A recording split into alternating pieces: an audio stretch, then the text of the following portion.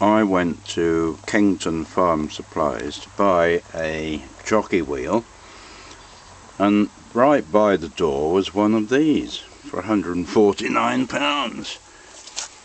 Well, it's like a workshop gas fire. See, it's on a framework, and the thing there can be adjusted different angles. See, and it's gas.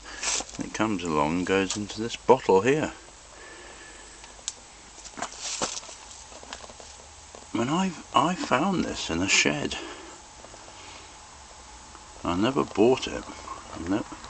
I don't know how I acquired it, but you can see I've lit it, and it is chucking out some huge heat.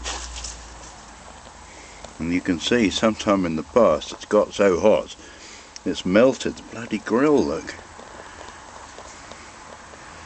Well, it's a really impressive thing, and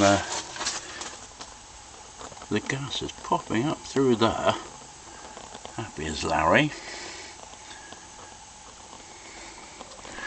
And the hose is alright.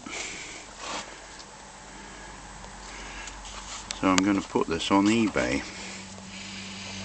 Let's switch it off.